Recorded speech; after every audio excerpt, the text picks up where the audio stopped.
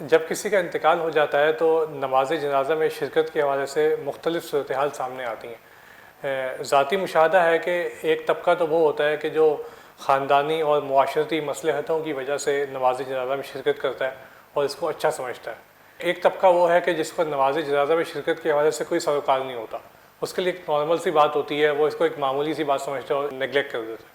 اور ایک طبقہ وہ ہوتا ہے کہ جو نماز جنازہ میں باقاعدہ طور پر شرکت کرتا ہے، جبکہ اس کا میت سے کوئی ذاتی یا کوئی خاندانی اعتبار سے کوئی تعلق نہیں ہوتا، لیکن اس کے باوجود وہ نماز جنازہ میں بھی شرکت کرتا ہے اور حتیٰ کہ بسا اوقات تدفین تک بھی چلا جاتا ہے۔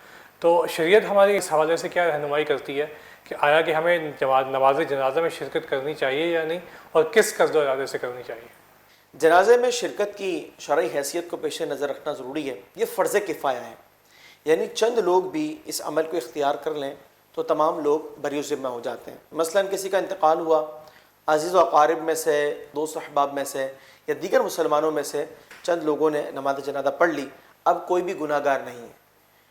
لیکن اگر سب نے چھوڑ دیا، اب سب کے سب گناہ گار ہیں۔ لہٰذا اگر کوئی شخص اپنی کسی مجبوری کی وجہ سے یا ضرورت کی وجہ سے کہ ویسے بھی نہیں پڑھتا تو شرعاً وہ قابل گرفت نہیں ہوگا۔ دوسری بات یہ کہ دیکھیں، لوگوں کی شرکت یقیناً مختلف وجوہات کی بنیاد پر ہوتی ہیں، لیکن اس میں ضابطہ یہ ہے، نیت دیکھی جائے گی۔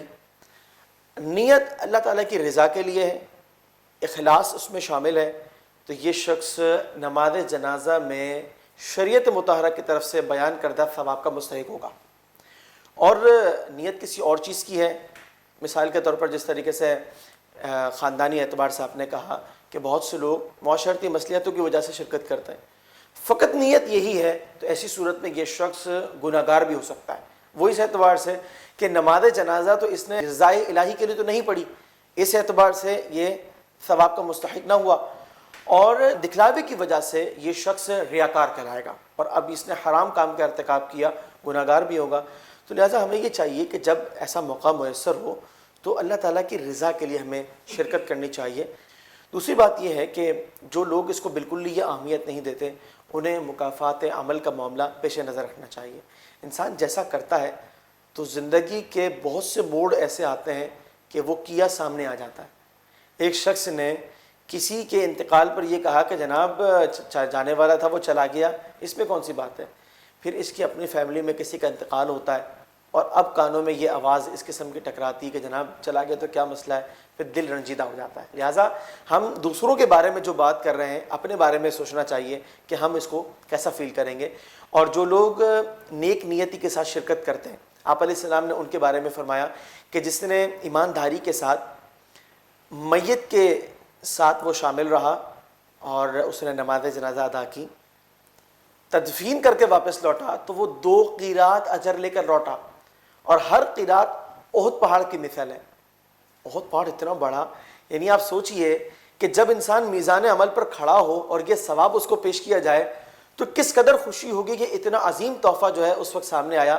یہ اللہ تبارک و تعالیٰ کی عظیم رحمت ہے جس سے انسان کو حصہ پانا چاہیے۔ ویسے ہی انسان بڑا گناہ گار ہے، تو بہت سارے ایسے مواقع جہاں اللہ تبارک و تعالیٰ کی رحمت جوش میں ہوتی ہے اور وہاں انسان کو نوازا جاتا ہے، تو پھر کیوں ایسے مواقع جو ہے وہ انسان ان کو خالیات جانے دے، ان سے فائدہ حاصل کرنا چاہیے، تو شرکت کرنی چاہیے بالکل۔ اور دوسری بات کہ اس شرکت کے اندر بڑی اہم بات یہ ہے کہ نماز جنازہ کی ادائیگی کے ساتھ ساتھ تدفین تک جانا اسی اجتماع میں، اگر ایسا معاملہ ہوگا تو 2 قیرات اجر ملے گا۔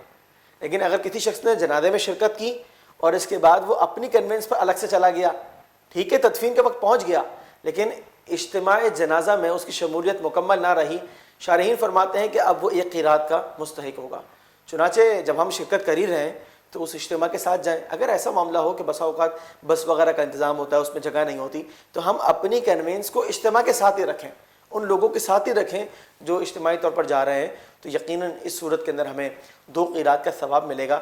اللہ تبارک و تعالی ہمیں ایسے مواقع کو اپنے لیے غنیمت جانتے ہوئے اور خوش دلی کے ساتھ شرکت کی توفیق عطا فرمائے۔ القلم Islamic Center under the supervision of Mufti Munibur Rahman Zida Majdu